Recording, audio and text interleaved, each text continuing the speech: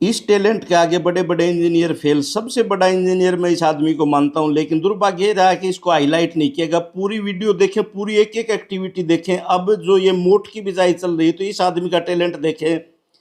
इसी को बीज डालना है और इसी को सामने जो ऊंट चल रहा है उसको भी सीधा चलाना है, और इस हल्का बैलेंस भी इसी को बनाना है। और साथ में ये देखें, जो हाथ घुमा के अभी बीज निकाला था, तो कितना बीज निकालना है वो भी इसी का टैलेंट है। जो बीज जिसमें डाला जा रहा है इसको बोलते हैं ओरना, और जहाँ से बीज निकाला इसको बोलते हैं बीजनी। और इसी आदमी ने इनका नाम था हाली।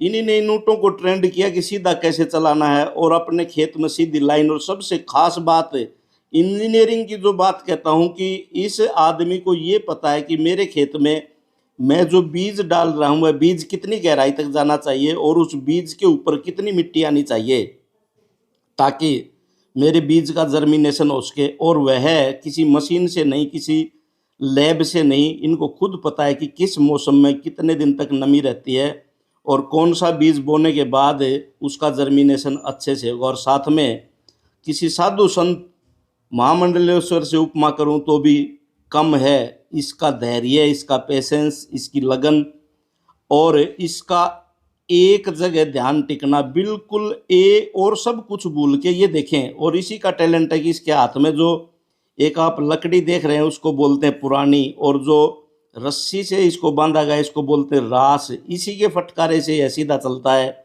और इन्होंने इसको सीधा चलाना सिखाया है। और हमारी देसी कहावतें, इसको लाइमलाइट नहीं मिला, प्रकाश नहीं मिला, इनको तो बेबुद्धि का कहा गया, बेअकल का कहा गया, जो इनका दुर्भाग्य रहा। अन्यथा बड़ी बड़ी इंजीनियरिंग इनके आगे फेल है कि हर खेत में कितना बीज डलना है, कैसे बीज डलना है, बिना किसी लैब के इनको पूरा पता था। और अन्न उत्पादन करके इस देश का पेट भरता था, यही था वह अन्नदाता किसान।